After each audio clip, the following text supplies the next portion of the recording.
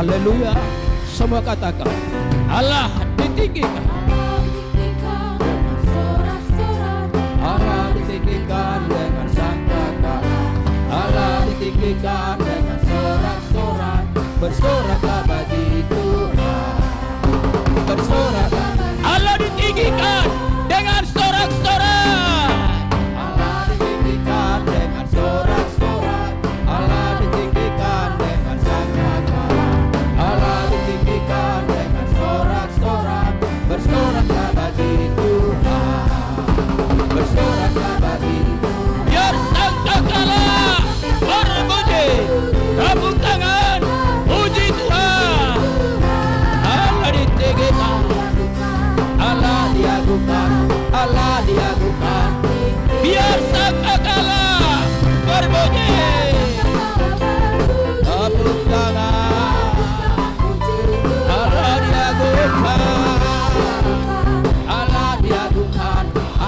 Kembali kita ulangi, katakan Allah ditinggikan dengan sorak-sorai. Allah ditinggikan dengan sangkakala. Allah ditinggikan dengan sorak-sorai. Bersoraklah bagi Tuhan. Bersoraklah bagi Tuhan.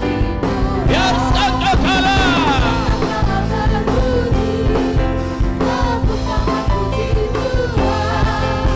Allah diagungkan, Allah diagungkan, Allah diagungkan tinggi.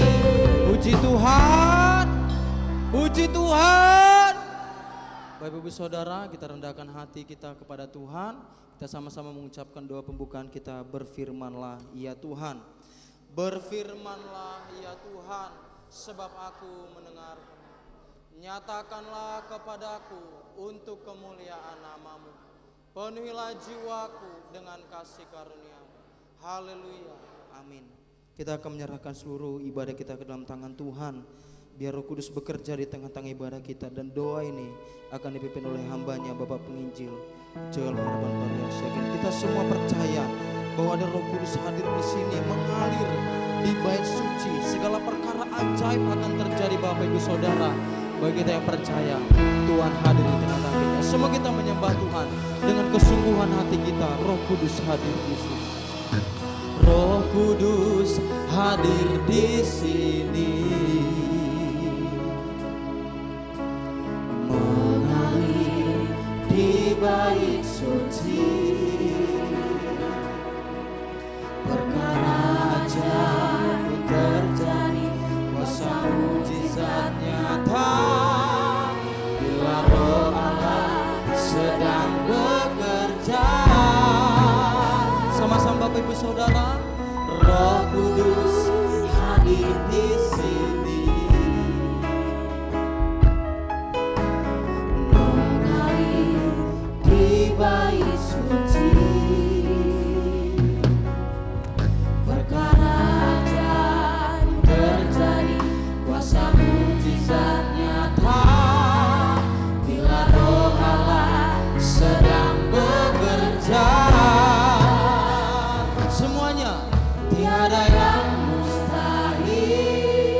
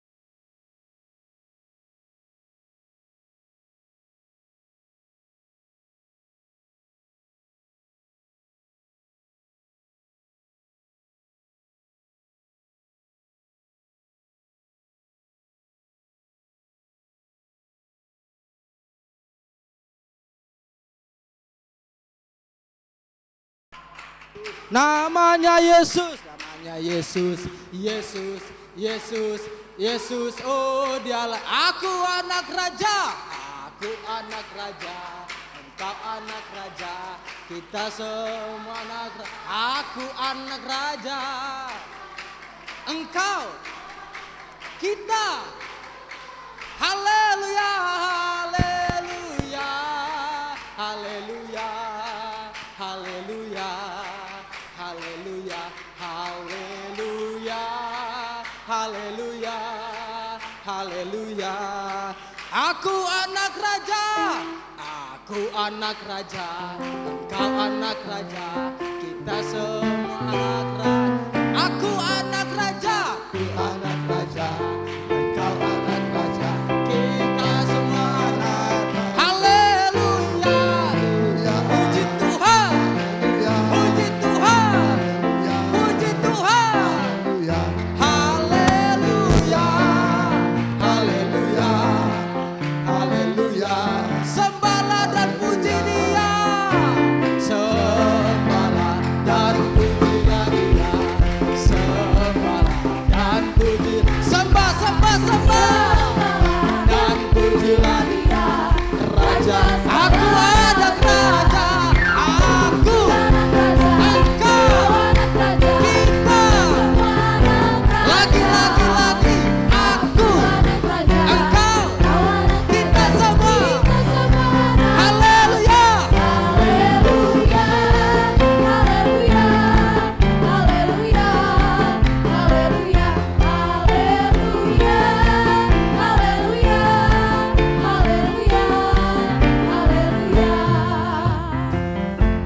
Puji Tuhan, kita anak raja, amin.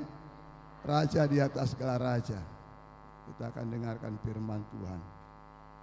Tapi sebelum tadi saya ditunjuk untuk mendengarkan firman Tuhan, saya bergumul apa yang mau Tuhan sampaikan. Pas tentang garam dunia dan terang dunia. Kemudian mati lampu, saudara. Meneguhkan bahwa terang dunia itu penting buat kita, buat semua umat yang ada di dunia ini. Sangat penting terang dunia. Kita bisa bayangkan tadi baru mati lampu, sebentar saja kita sudah gelagapan. Itulah pentingnya terang dunia. Dan kita bisa saksikan kuasa Roh Kudus yang bekerja dalam kita. Walaupun mati lampu, tepuk tangan kita bukan semakin kecil, tapi semakin keras. Haleluya. Itu kuasa Roh, saudara.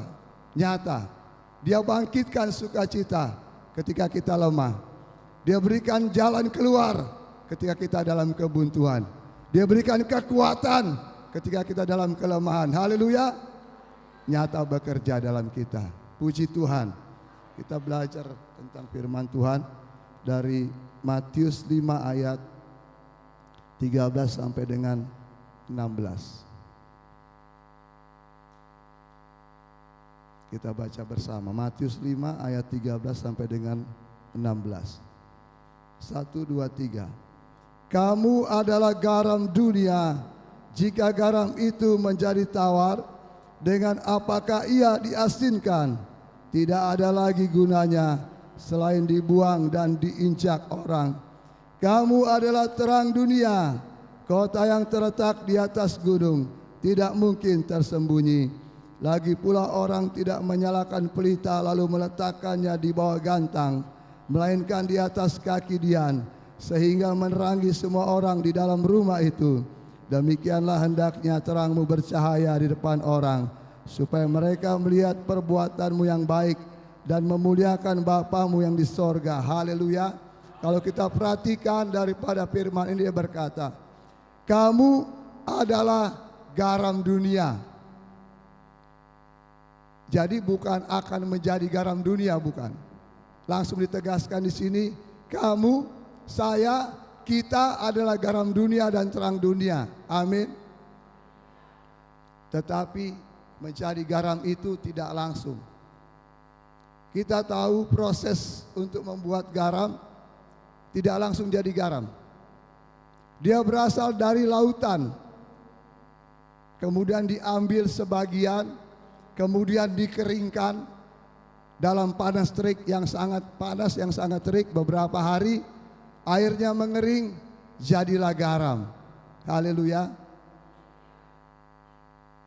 Jadi kepenuhan Roh Kudus yang kita dapat, yang kita alami dalam hidup kita dalam 10 malam ini akan membawa kita sebetulnya kepada menjadi garam dunia dan terang dunia.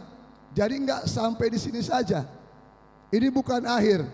Kepenuhan Roh Kudus bukan akhir daripada perjalanan rohani kita. Kepenuhan Roh Kudus adalah menjadi suatu awal ataupun suatu langkah yang selanjutnya yang harus kita tapaki, yang harus kita jalani bersama-sama dengan Tuhan untuk kita dijadikan garam. Garam dulu kita bahas. Dari lautan lepas, kemudian diambil sebagian, ditaruh di penampungan, dibakar sinar matahari jadi garam. Itulah kita. Dari hidup duniawi tadi yang ibaratnya lautan lepas, diambil kita oleh Tuhan, dimasukkan ke penampungan untuk diproses. Prosesnya sangat berat, dengan panas terik matahari yang sangat panas, kering airnya baru jadi garam. Kita aja mungkin beberapa hari ini diterpa panas yang cukup panas, kita sudah merasa nggak enak, apalagi menjadi garam ini. Jadi siap-siap kalau mau jadi garam, harus mau diproses Tuhan. Diambil dari dunia ini, dari hiruk-pikuk dunia ini, kemudian dimasukkan ke penampungan Tuhan, dibakar menjadi garam. Dan tidak habis di situ prosesnya. Setelah jadi garam, tentu garam ini harus dipergunakan. Amin. Nggak mungkin cuma disimpan di dapur. Dipergunakan. Bagaimana cara mempergunakan garam? Air yang mendidih itu, kalau kita masak air yang mendidih itu, garam dimasukkan ke situ. Ke dalam air yang mendidih dimasukkanlah garam itu, sehingga menjadi enaklah masakan tadi. Jadi ketika kita sudah jadi garam, siap-siap untuk proses yang lebih berat lagi, dimasukkan ke air mendidih. Ketika sudah enak masakan tadi, siapa yang menikmati? Garamnya atau orang yang memakannya? Orang yang memakannya. Garamnya enggak. Orang yang memakan yang menikmati. Oh enak, garamnya pas katanya. Nikmat, orang yang menikmati. Itulah kehidupan anak-anak Tuhan. Ketika sudah diproses dengan proses yang sangat menyakitkan, yang sangat berat, kemudian dijadikan berkat buat orang lain. Dijadikan berkat buat orang lain, bukan buat diri sendiri, bukan. Dijadikan berkat buat orang lain yang merasa enak. Maka dikatakan oleh firman Tuhan, utamakanlah orang lain. Anggaplah orang lain lebih berguna, lebih tinggi daripada kita. Karena memang itulah sifat garam tadi. Walaupun setelah diproses dengan berat, dimasukkan ke air panas, orang lain yang enak makan kuahnya, kita yang kepanasan. Orang lain yang enak. Begitulah hidup orang percaya, orang lain yang enak. Kitanya enak juga, enak, tapi nanti di sorga. Haleluya. Tapi ada juga enaknya di bumi ini, enak juga ada enak-enaknya. Enggak semuanya penderitaan itu. Kadang-kadang kan kita makan enak, ya. Itulah enaknya salah satunya. Kadang-kadang kita tidur nyenyak, itulah enak salah satunya. Jadi ada yang berisi enak di dunia ini bagi orang percaya, ada yang berisi tidak enak. Dua-duanya tetap dijalani, dua-duanya tetap dialami. Bukan gak enak terus, ada enaknya. Haleluya. Setelah itu orang yang menikmati keenakan, garamnya tadi yang gak enak. Jadi kita mesti punya suatu prinsip hidup. Biarlah orang lain yang enak, orang lain yang senang, orang lain yang bergembira. Kita menjadi alatnya Tuhan di situ. Kita menjadi alatnya Tuhan di situ. Bukannya kita yang enak, orang lain menderita, kita yang enak, orang lain susah. Itu bukan anak Tuhan, itu bukan prinsip garam. Itu bukan prinsip garam. Kita yang enak, orang lain gak enak, bukan prinsip garam itu. Sementara Tuhan katakan, kamu adalah garam dunia. Haleluya. Harus punya prinsip garam. Orang lain yang enak, saya nggak enak, nggak apa-apalah. Dalam 1 Korintus 6 ayat 7 dikatakan, tidakkah engkau lebih suka menderita ketidakadilan? Tidakkah engkau lebih suka dirugikan? Harus ada prinsip itu dalam hidup kita. Maka kita sebagai anak Tuhan, jangan pernah, harus saya yang enak, harus saya yang terutama, harus saya yang lebih. Tidak. Tapi orang lain, haleluya, itu baru jadi garam ya. Sekarang kita lihat jadi pelita. Jadi pelita juga sama. Ini nggak langsung jadi pelita ini. Lilin ini ya, nggak langsung jadi lilin, pelita. Dari mana dulu dia? Dari minyak bumi. Lilin ini dari minyak bumi. Ampas minyak bumi inilah lilin.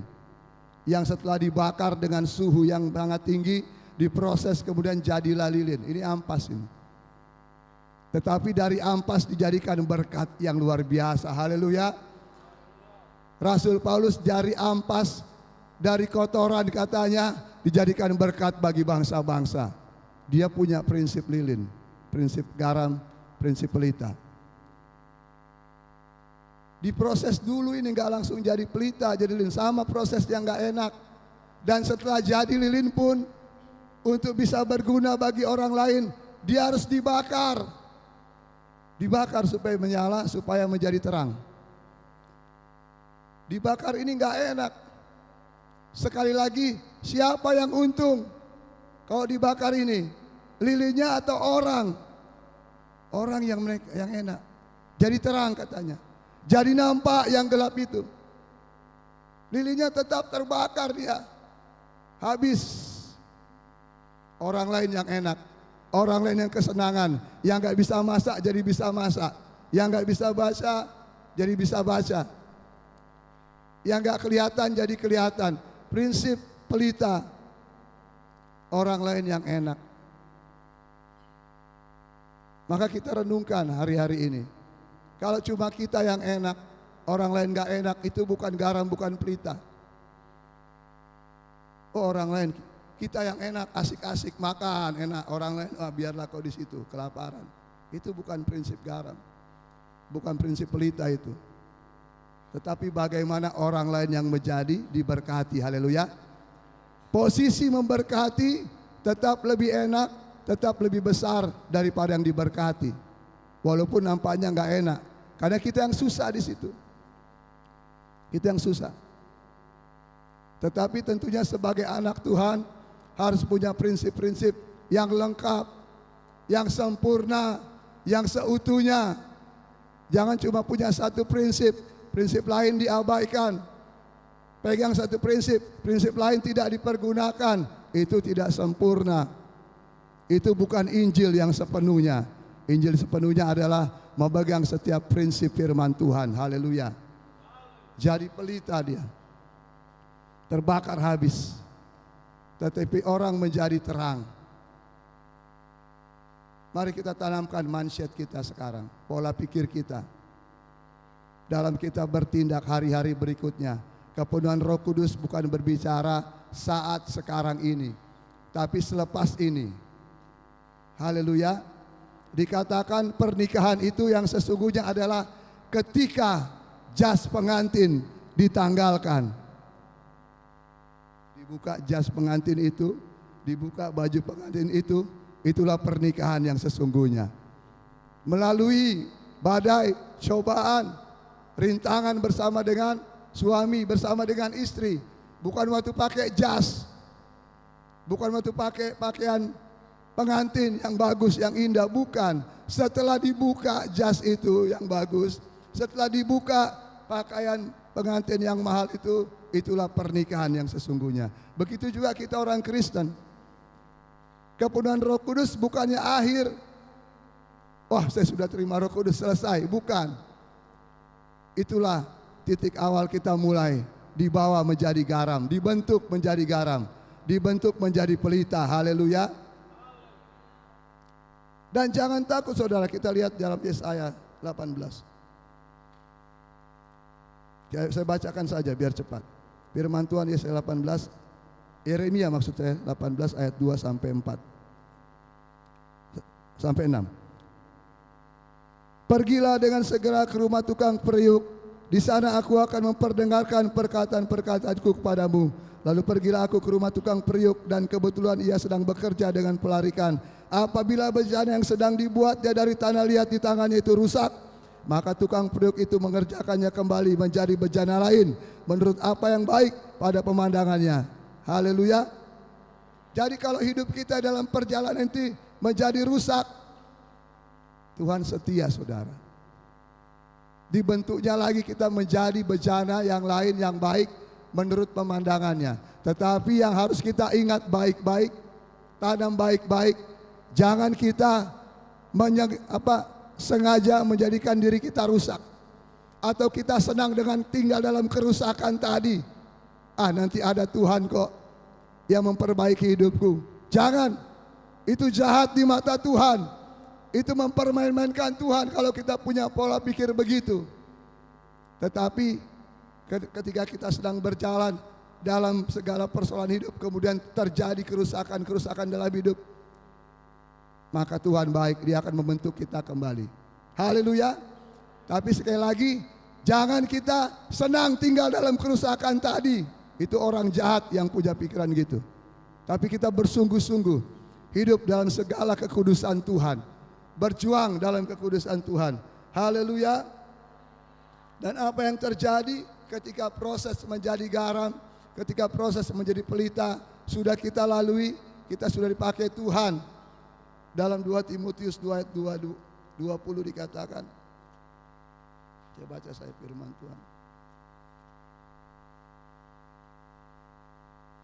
2 Timotius 2 ayat 20-21, firman Tuhan, dalam rumah yang besar bukan hanya terdapat perabot dari emas dan perak, melainkan juga dari kayu dan tanah. Yang pertama dipakai untuk maksud yang mulia, dan yang terakhir untuk maksud yang kurang mulia. Jika seorang menyucikan dirinya dari hal-hal yang jahat, ia akan menjadi perabot rumah untuk maksud yang mulia. Ia dikuduskan di padang layak untuk dipakai tuannya, dan disediakan untuk setiap pekerjaan yang mulia.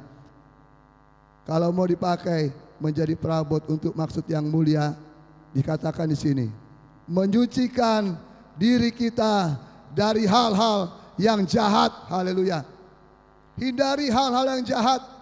Jauhi dosa. Jangan dekat-dekat dosa. Kata orang, kalau dekat api panas. Haleluya. Kalau dekat api panas, bisa terbakar kita. Sekali lagi, kalau dekat api itu panas, terbakar kita, hancur badan kita, hancur hidup kita. Tetapi jauhilah dosa tadi. Haleluya. Jangan dekat-dekat. Panas nanti, terbakar nanti, hancur, binasa hidup kita nanti. Jauhi yang jahat, kata Tuhan. Lakukan yang baik, lakukan yang benar di hadapan Tuhan.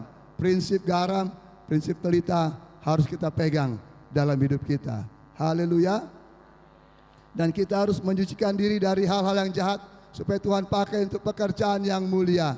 Puji Tuhan, Tuhan memberkati firman-Nya, Tuhan mengurapi kita untuk disanggupkan melakukan firman-Nya. Saya kembalikan kepada pemimpin pujian. Haleluya.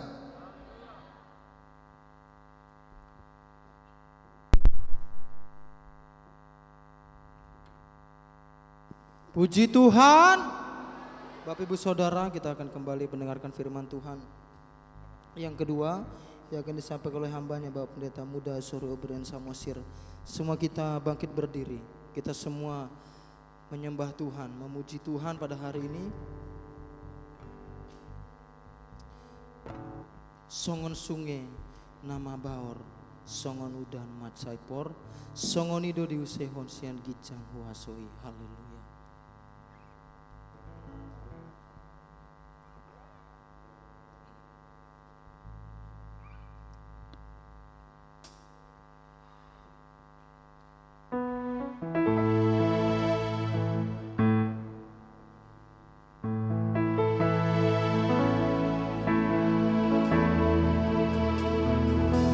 Songon sunge nama baor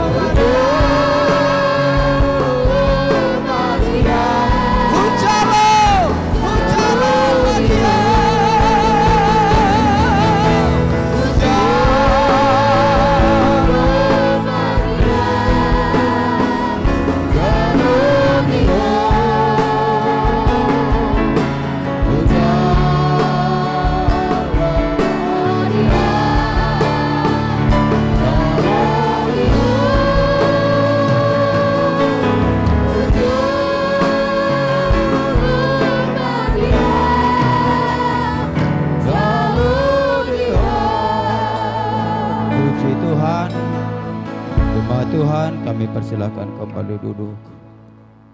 Baik, saudara yang dikasihi Tuhan, kembali kita menerima firman Tuhan yang kedua atau yang terakhir malam hari ini dari kitab Mazmur pasal 126.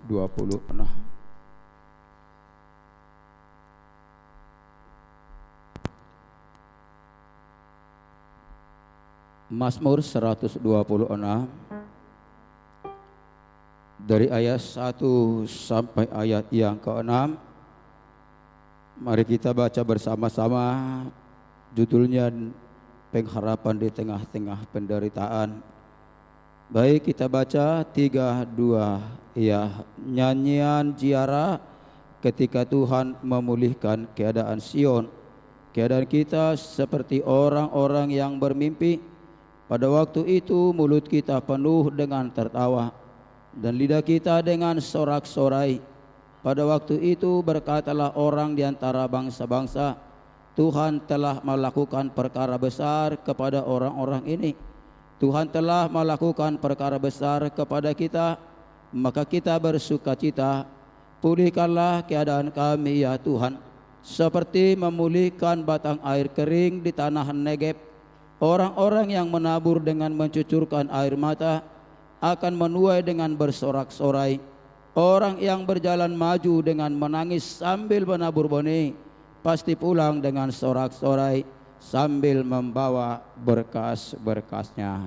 Puji Tuhan. Saudara yang dikasihi Tuhan, ini merupakan suatu gambaran yang digambarkan tentang orang Israel yang sudah berulang kali dipulihkan oleh Tuhan. Berkali-kali Tuhan terus mengasihi umatnya ini. Sebentar mereka menjadi bangsa yang takut akan Tuhan. Sebentar mereka menjadi orang yang suka bersorak-sorai, bersuka cita memuliakan Tuhan. Namun kemudian saatnya bahwa kemudian mereka menjadi tidak bisa bersuka cita, kehilangan sukacita mereka, kehilangan sorak-sorai mereka. Ini yang terjadi dalam kehidupan umat Israel pada zaman itu. Dan tidak juga terkecuali dengan umat-umat Tuhan yang teradopsi dari orang Israel yang telah menjadi percaya bahwa hal yang seperti itu akan sangat sering kita temukan dalam ibadah atau dalam pelayanan, dalam diri anak-anak Tuhan, di mana ketika mereka sedang on fire, sedang penuh dengan pengurapan, ketika mereka sedang mengalami kuasa Roh Kudus, maka seperti firman Tuhan ini, mulut kita penuh dengan tertawa, lidah kita penuh dengan sorak-sorai.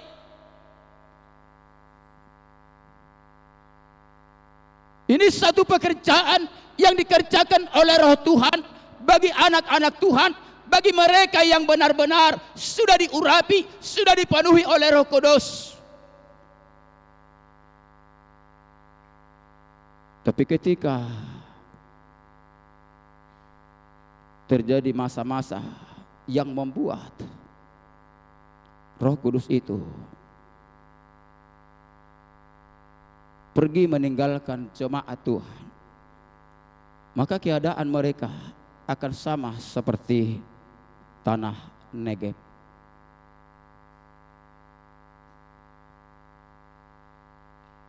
Tanah Negeb itu ada memang di daerah Israel, di sekitar Yerusalem. Ada tanah Negeb. Ya, kita lihat dulu sebentar ya di Yeremia pasal 32.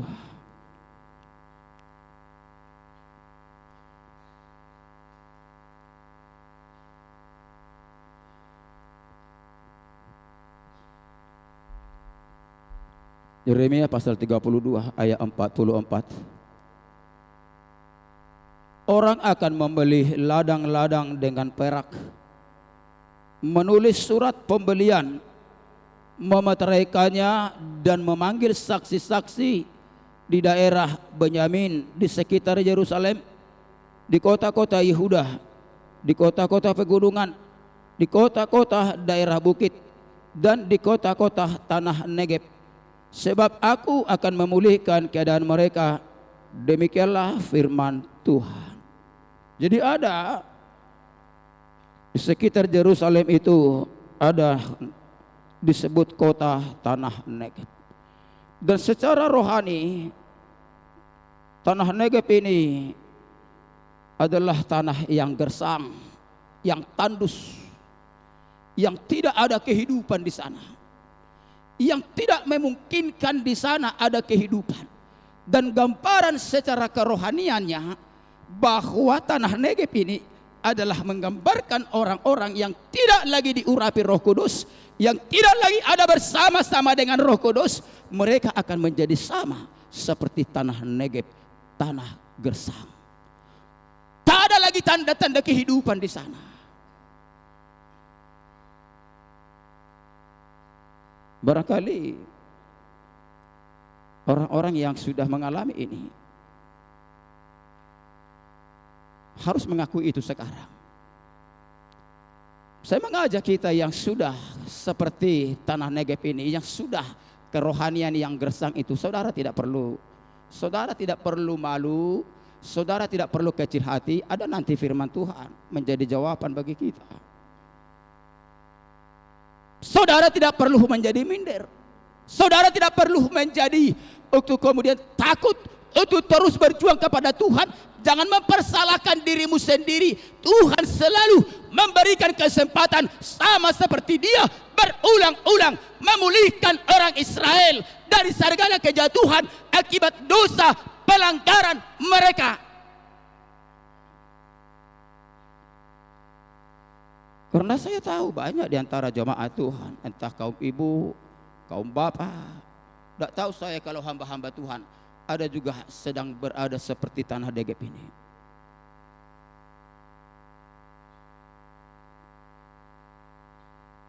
Memiliki kerohanian yang sudah kering, yang sudah gersang.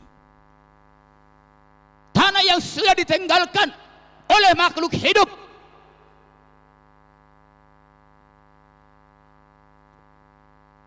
Tapi kita melihat gambaran dari Yeremia pasal 32 tadi, ketika Tuhan memulihkan tanah Negeb ini, kembali manusia berebut untuk membeli tanah di sana.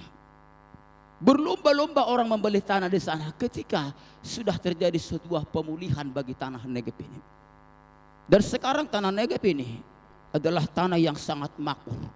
Di sanalah yang banyak kebun-kebun buah-buahan dan sayur-sayuran untuk memenuhi kebutuhan penduduk atau orang Israel. Dari sanalah kemudian didapatkan baik itu buah-buahan, baik itu sayur-sayuran.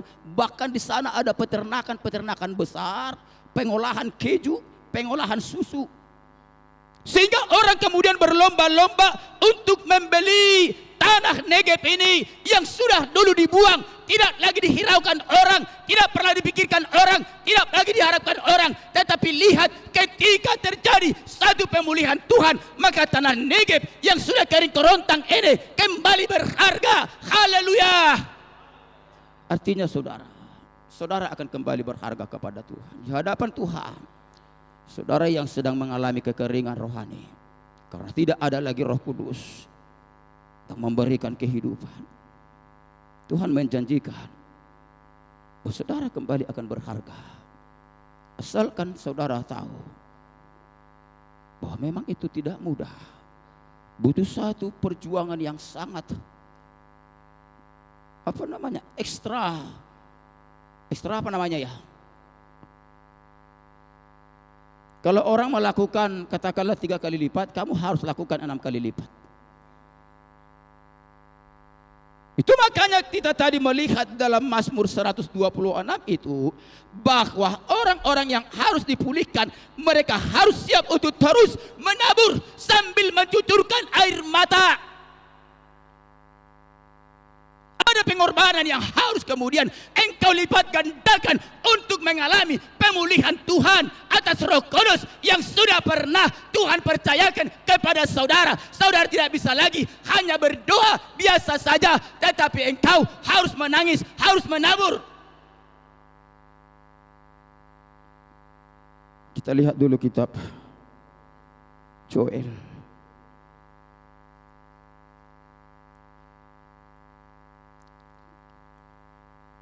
Joel pasal yang kedua.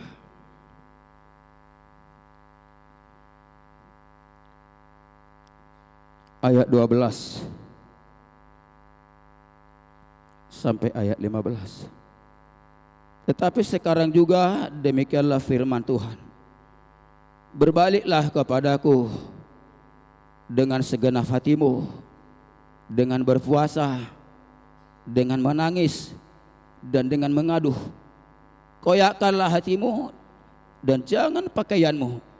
Berbaliklah kepada Tuhan Allahmu, sebab Ia pengasih dan penyayang, panjang sabar dan berlimpah kasih setia, dan Ia menyesal karena hukumannya. Siapa tahu mungkin Ia mau berbalik dan menyesal, dan ditinggalkannya berkat menjadi korban sajian dan korban curahan bagi Tuhan Allahmu.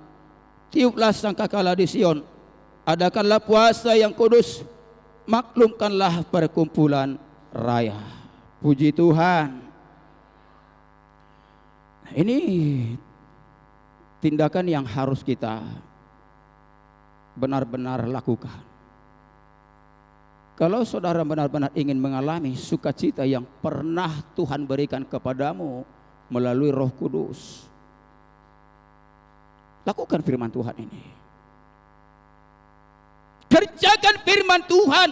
Dikatakan berbaliklah kepadaku dengan segenap hatimu, dengan berpuasa.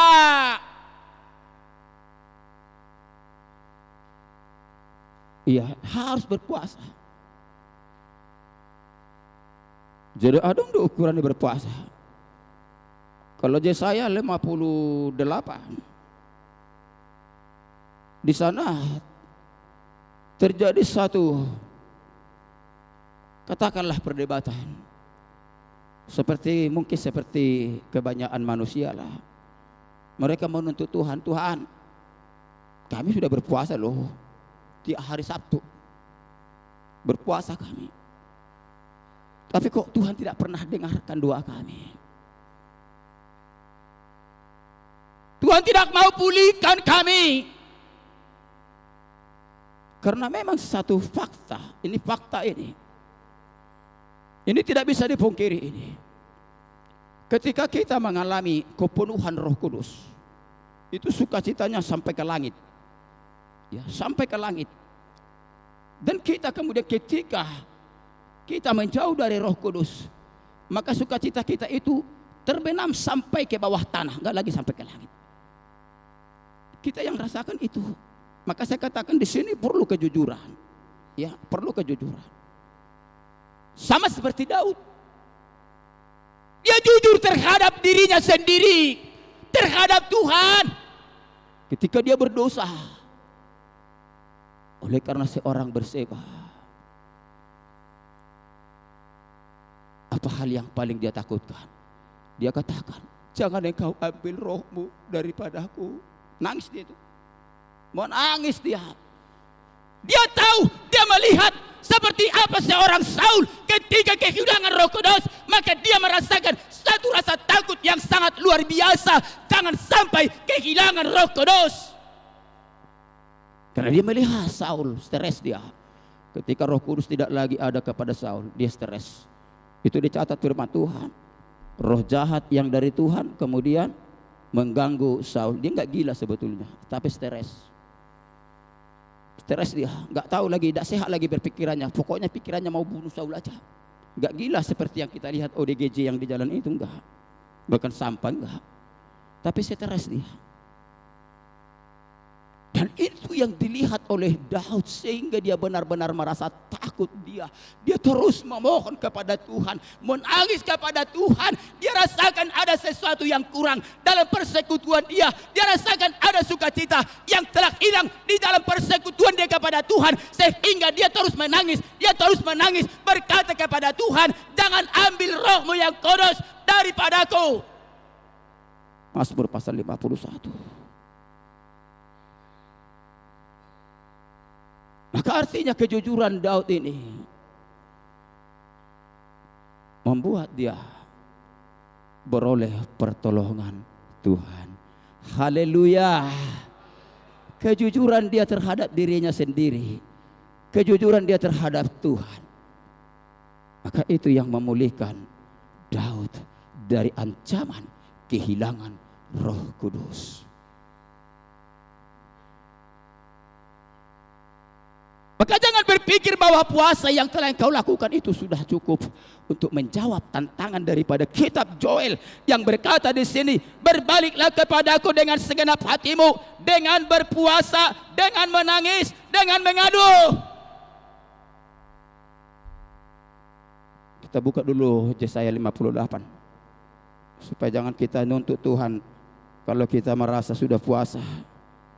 Kalau puasa kita itu kadang-kadang ya belum sesuai ukuran Tuhan untuk satu pemulihan. Ya. Yesaya 58. Saya baca ayat 1. Serukanlah kuat-kuat, jangan tahan-tahan, nyaringkanlah suaramu bagaikan sangkakala, beritahukanlah kepada umatku pelanggaran mereka dan kepada kaum keturunan Yakub dosa mereka. Memang setiap hari mereka mencari aku dan suka untuk mengenal segala jalanku, seperti bangsa yang melakukan yang benar dan yang tidak meninggalkan hukum Allahnya. Mereka menanyakan aku tentang hukum-hukum yang benar. Mereka suka mendekat menghadap Allah. Tanyanya, mengapa kami berpuasa dan engkau tidak memperhatikannya juga? Mengapa kami merendahkan diri dan engkau tidak mengendahkannya juga? Sesungguhnya pada hari puasamu engkau masih tetap mengurus urusanmu dan kamu mendesak-desak semua buruhmu. Sesungguhnya kamu berpuasa sambil berbantah dan berkelahi serta memukul dengan tinju dengan tidak semena-mena. Dengan caramu berpuasa seperti sekarang ini, suaramu tidak akan didengar di tempat yang tinggi. Haleluya. Sampai di situ saja. Saudara baca nanti sampai ayat 12. Artinya supaya kita bisa buat perbandingan. Ya. Kita buat perbandingan. Kalau Tuhan kemudian tidak memulihkan sampai hari ini, engkau yang sudah pernah mengalami Tuhan, engkau yang sudah pernah bersorak-sorai dalam Roh Kudus, engkau yang sudah pernah berjingkrak-jingkrak oleh Roh Kudus, tetapi hari ini engkau sudah menjadi tanah Negeb yang gersang, yang kering kerontang. Untuk berdoa pun engkau tidak sanggup, beribadah pun engkau sudah malas, mendengar firman pun engkau sudah ngantuk.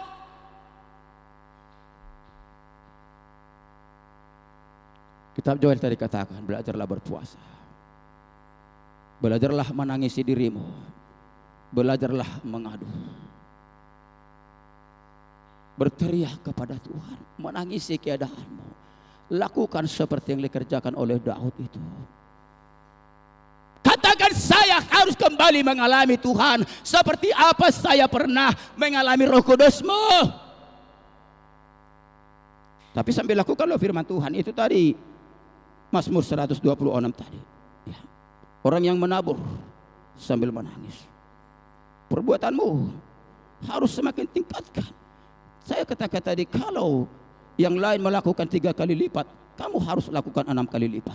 Itulah orang yang menabur sambil menangis, dan dipastikan engkau akan kemudian menuai dengan sorak-sorai. Haleluya. akan kembali Roh Kudus yang Tuhan telah percayakan kepadamu. Dia akan kembalikan kepada saudara, kepada kita semua, sehingga engkau dapat kembali tertawa, kembali dapat bersorak-sorai, kembali dapat memuliakan Tuhan ketika benar-benar lakukan sesuai firman Allah. Lakukan itu. Berpuasa jangan hanya hukum Taurat tahu. Hanya gara-gara ada ibadah doa puasa, kita hanya menggenapi itu sebagai sebuah aturan. Bukan. Tapi puasa yang diinginkan oleh Tuhan ada di dalam Yesaya pasal 58 ini. Ya, dikatakan di sini.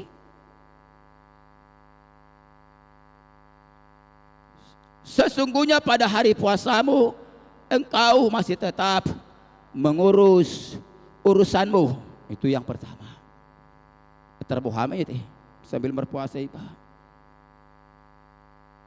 Sambil lo perhatikan kalau ada panggilan tak terjawab. Siapa tahu ada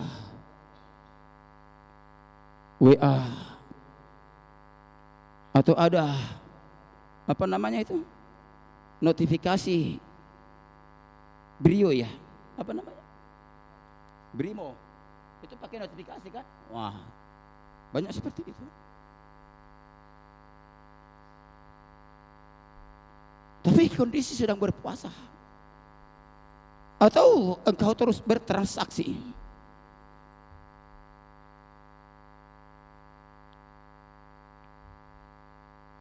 Firman Tuhan sudah mengajar kita di sini, kalau engkau peduli tentang pemulihan Roh Kudus dalam dirimu, jangan bermain-main.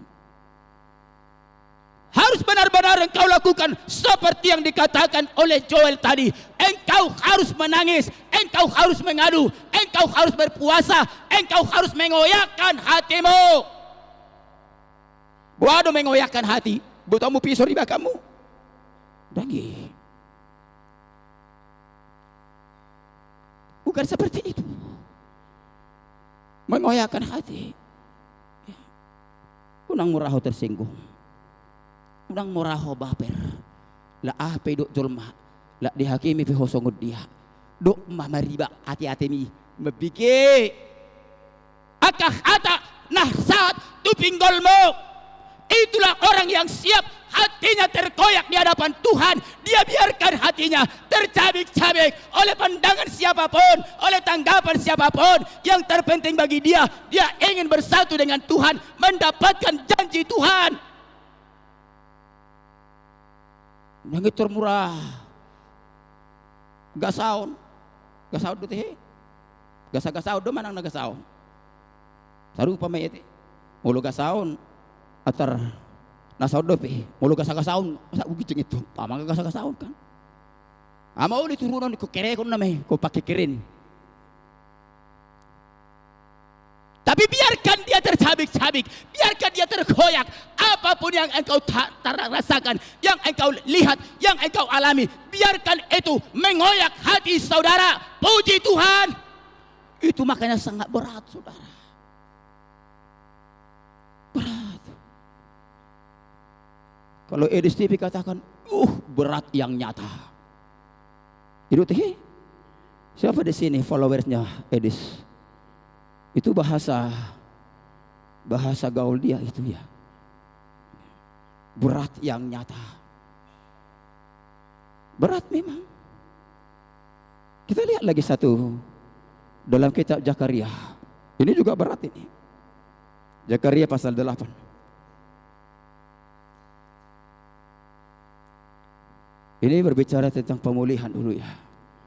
Karena memang beberapa hari ini saya kemudian terus didorong bagaimana ini Tuhan, orang-orang yang sudah pernah mengalami sukacita dalam Roh Kudus, tapi sukacita itu sepertinya hilang Tuhan. Apa jawaban tentang jemaat ini? Karena banyak saya lihat justru menyerah pasrah. Lo mau Tuhan, naik pamati mau pamati pitahu, mana naik tunarokku putoho. Bukan seperti itu, nggak seperti itu. Itu tipu daya si iblis itu. Tapi kita harus cari tahu bagaimana kita keluar dari keadaan itu. Zakaria pasal 8 ayat 15 sampai ayat 17. Maka pada waktu ini aku kembali bermaksud berbuat baik kepada Yerusalem dan kepada kaum Yehuda. Janganlah takut. Inilah hal-hal yang harus kamu lakukan. Berkatalah benar seorang kepada yang lain, dan laksanakanlah hukum yang benar, yang mendatangkan damai di pintu-pintu gerbangmu. Janganlah merancang kejahatan dalam hatimu seorang terhadap yang lain, dan janganlah mencintai sumpah palsu, sebab semuanya itu kubenci. Demikianlah firman Tuhan. Puji Tuhan. Ini juga berbicara tentang pemulihan, saudara. Pemulihan untuk atau bagi Israel. Kita ini harus sudah posisikan kita sebagai Israel rohani. Sehingga seperti apa Tuhan memulihkan orang Israel, maka seperti itu juga kita harus menjalani cara firman memulihkan kita. Tidak ada jalan sendiri, tapi semua sesuai firman.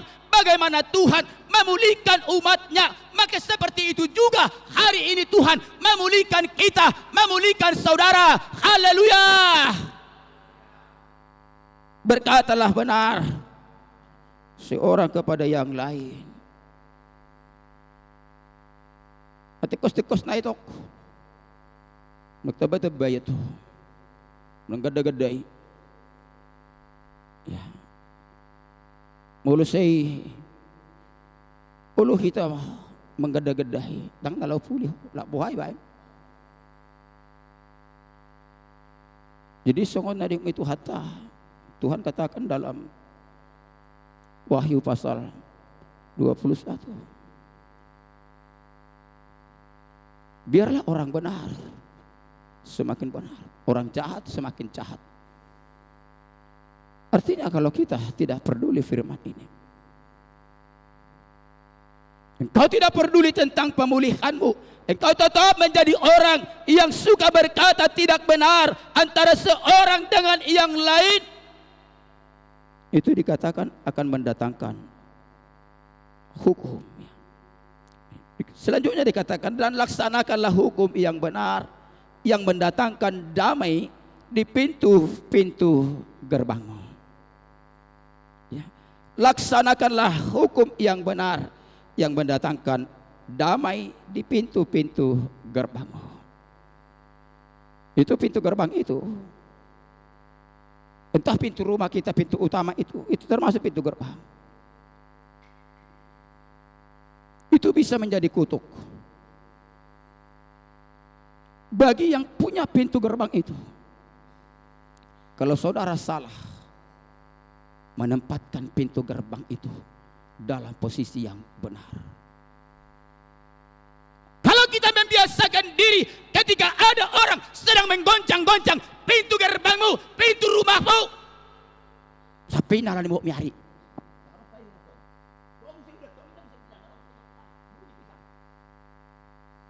Terus dia berharap bahwa pintu gerbang ini, pintu utama ini akan terbuka atas nama Yesus, atas nama kebenaran. Tetapi ketika engkau tidak melaksanakan hukum di pintu gerbangmu,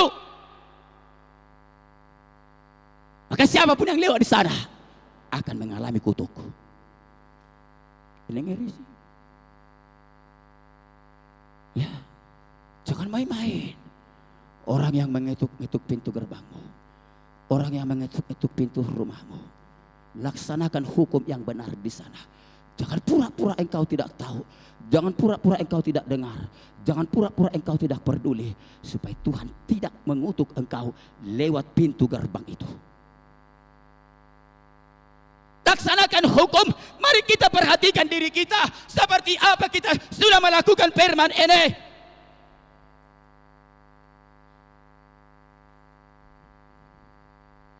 Allah na adong do sukacita na pura-pura. Maka dikatakan firman Tuhan, janganlah kasih itu pura-pura. Ada banyak saudara. Lasni rohana. Hola lasni rohani daging usah betullah.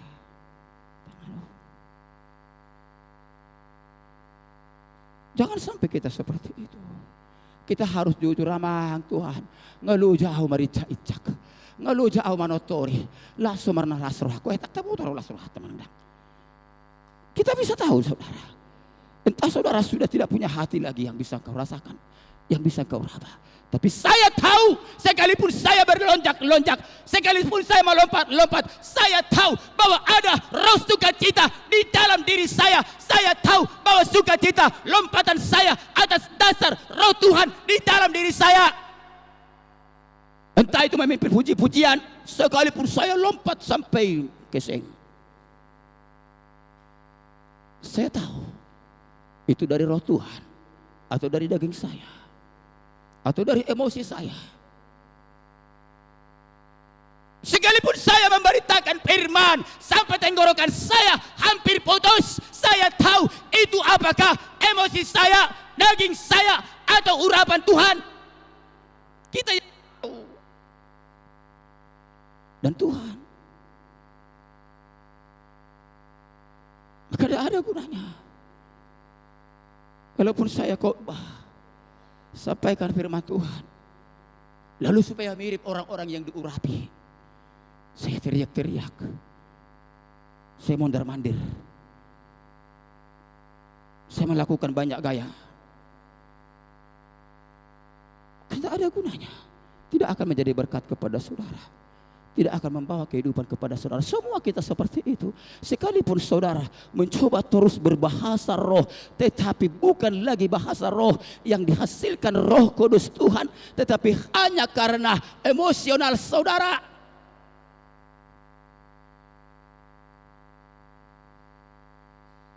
Maka itu tidak berdampak bagi siapapun yang ada di sekitarmu. Tetapi ingat, jangan pernah berkecil hati. Mari kita belajar jujur. Mari kita belajar jujur dan mengakui semua kepada Tuhan. Supaya Tuhan memulihkan saudara. Sama seperti tanah Negeb yang sudah kering kerontang itu. Yang sudah menjadi tanah angus. Tanah yang tandus itu. Yang orang sudah tinggalkan itu, tapi kemudian berubah. Orang kemudian berlomba-lomba untuk membeli tanah di Negeb ini. Karena Tuhan kembali untuk memberkati tanah itu. Seperti itu kita harus. Perlihatkan seperti apa orang lain akan mencintaimu, orang lain akan menyukaimu, orang lain akan senang terhadapmu.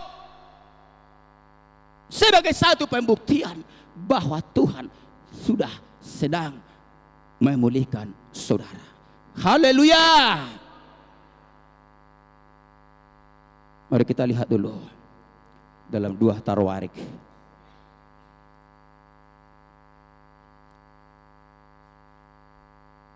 Dalam 2 Tawarik pasal yang ke-7.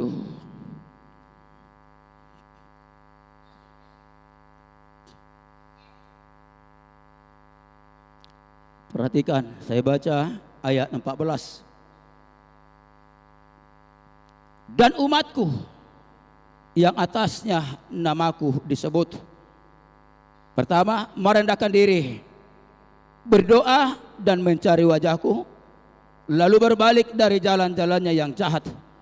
Maka aku akan mendengar dari surga dan mengampuni dosa mereka, serta memulihkan negeri mereka.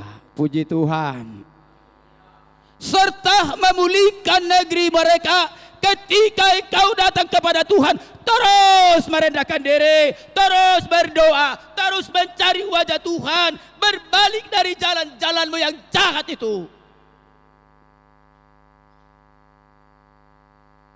Artinya kesempatan sangat terbuka. Tuhan memberi kesempatan. Jadi saudara yang sepertinya tidak bisa bangkit sukacitamu, jangan salahkan hamba Tuhan yang tumpang tangan. Saya takutnya kalau dalam dirimu tidak ada lagi roh Tuhan, justru kehadiran hamba Tuhan itu mengganggu saudara. Tapi saudara, kalau lakukan seperti kitab Joel tadi, hamba Tuhan yang akan mencoba membantumu dalam doa, itu akan engkau sambut itu akan engkau terima itu. Tidak akan engkau berusaha menolak itu.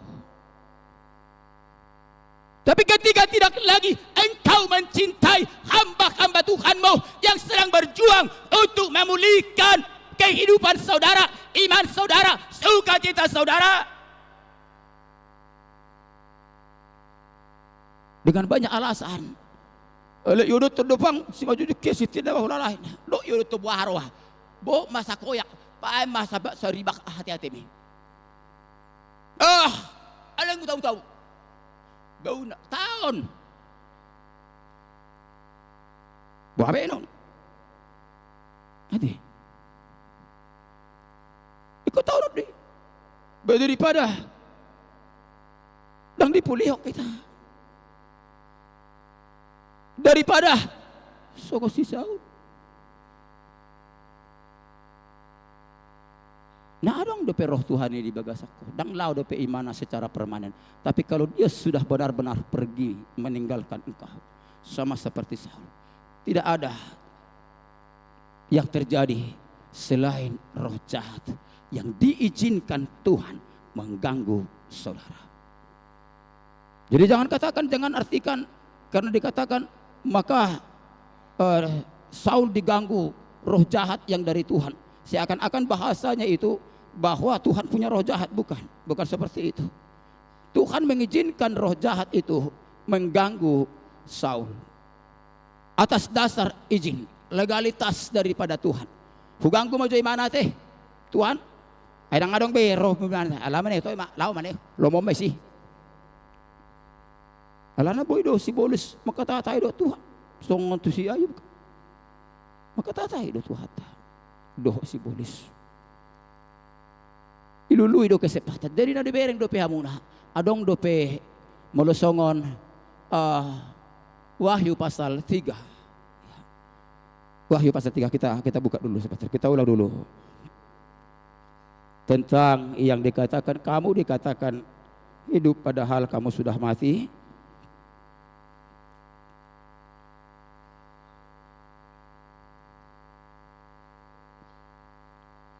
Ayat 1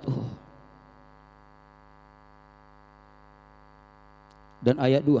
Dan tuliskanlah kepada malaikat jemaat Sardis, inilah firman Dia yang memiliki ketujuh roh Allah dan ketujuh bintang itu. Aku tahu segala pekerjaanmu. Engkau dikatakan hidup padahal engkau mati. Bangunlah dan kuatkanlah apa yang masih tinggal, yang sudah hampir mati, sebab tidak satu pun dari pekerjaanmu aku dapati sempurna di hadapan Allahku. Haleluya. Firman Tuhan mengatakan bangunlah, bangkitlah, kuatkan hatimu. Masih ada tertinggal sedikit lagi yang sudah hampir mati. Saya tidak mau menafsirkan ini apa yang tinggal ini, karena belum ada petunjuk Tuhan tentang itu. Tetapi yang jelas bahwa sekalipun kita sudah seperti mati karena tidak ada lagi Roh Kudus, tapi firman Tuhan berkata kepada jemaat di Sardis ini masih ada yang tinggal, yang sudah hampir mati. Maka dari sanalah engkau kemudian mulai melangkah, berjalan untuk kembali datang kepada Tuhan, mendapatkan pemulihan Tuhan. Haleluya.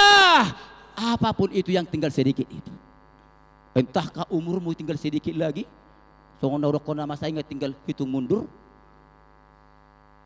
Perguna mah anak sautiki, bihaan no pas dihitungan sada, launol nama, itu dipulih Tuhan, tersahatu surga. Ya. Masih ada tertinggal sedikit dan itu pun sudah hampir mati. Itu salah satu contohnya ya. Yang tinggal sedikit, siapa tahu umur Otikan naik nama. Dan ini bukan berbicara loh. Kalau untuk orang tua yang sudah 60-70 tahun tidak. Yang umur 40 tahun juga siapa tahu waktu mau dikasih Tuhan cuma 41 tahun. Kita tidak tahu, itu artinya kamu sudah hitung mundur sekarang. Kalau waktu hidupmu di dunia ini Tuhan kasih hanya 41 tahun dan kamu sudah 40 lebih, berarti sedang hitung mundur. Dan itu pun sudah hampir-hampir habis, hampir-hampir selesai, dan pergunakan itu, manfaatkan itu yang sudah hampir mati itu. Itu maksudnya firman Tuhan. Orang menyerah, tidak ada kata menyerah. Tuhan selalu membuka hati kepada kita. Ya, asalkan saudara mau. Yang penting apa yang sudah disampaikan firman Tuhan itu, lakukan itu dengan baik-baik. Berpuasa, dikatakan berpuasalah. Setiap firman Tuhan itu belajarlah melakukan itu. Hanya itu cara kita diselamatkan. Hanya itu cara kita untuk dipulihkan. Tidak ada cara lain. Jangan paksakan dirimu seolah-olah masih orang yang diurapi, yang penuh dengan Roh Kudus. Padahal sebenarnya seperti Wahyu pasal 3 lagi. Kamu katakan kamu masih hidup hanya berdasarkan kamu masih bisa bernyanyi, berteriak-teriak, berjingkrak-jingkrak, berjoget-joget, menari-nari, lalu kamu merasa masih hidup padahal kamu sudah mati, kata Tuhan kepada jemaat Sardis. Karena selama ini tidak ada satupun dari pekerjaan kita sempurna di mata Tuhan. Mermem-mem boh kita salilingon, mergai-gai doh kita salilingon, masa bodoh doh kita salilingon. Mamulu sangat roh laksana. Atau miatu si Tuhan ini. Airang nasihat tu si dah. Ayah nasihat tu si. Ya tu si doh. Tak terlancak pe kita di kamar taholak kita tong itu si Tuhan ibu tu deh. Pasal ibu tu. Dang adung na budi. Dang di masalahna. Tapi ada masalah ketika kita mengabaikan semua kebaikan Tuhan, kemurahan Tuhan. Engkau abaikan dari hari ke hari, minggu ke minggu, bulan ke bulan. Maka engkau menjadi orang yang seakan-akan hidup tetapi sudah pada mati. Tetapi lihatlah kemurahan. Jadi salah satu yang dikatakan di sini, kuatkanlah apa yang masih tinggal, yang sudah hampir mati. Salah satu yang tertinggal, yang tersisa dan yang hampir mati hanyalah kemurahan Tuhan. Haleluya. Tersisa ini yang tersisa, kemurahan Tuhan. Maka pergunakan itu. Pergunakanlah kemurahan itu, kebaikan Tuhan itu. Belajar terus untuk merendahkan diri. Ya. Dikatakan tadi dalam 2 Tawarik tadi, umatku yang atas namaku mereka kemudian berdoa, berpuasa, merendahkan diri. Merendahkan diri. Jadi arti merendahkan diri, danglah homa nuruk-nuruk, hutor di meja. Merendahkan diri coba. Lau jauh surkut jauh tu meja cuma nuruk-nuruk jauh sanon. Bukan, merendahkan diri. Ketika saudara ditegur, saudara dihardik, saudara tidak bergeming sedikit pun. Saudara dihajar, dosa saudara ditelanjangi, saudara tidak pernah membuat satu pembelaan dalam bentuk apapun. Itulah orang yang merendahkan diri. Puji Tuhan. Karena itu saudaraku, mari terus berjuang. Anak-anak juga terus berjuang.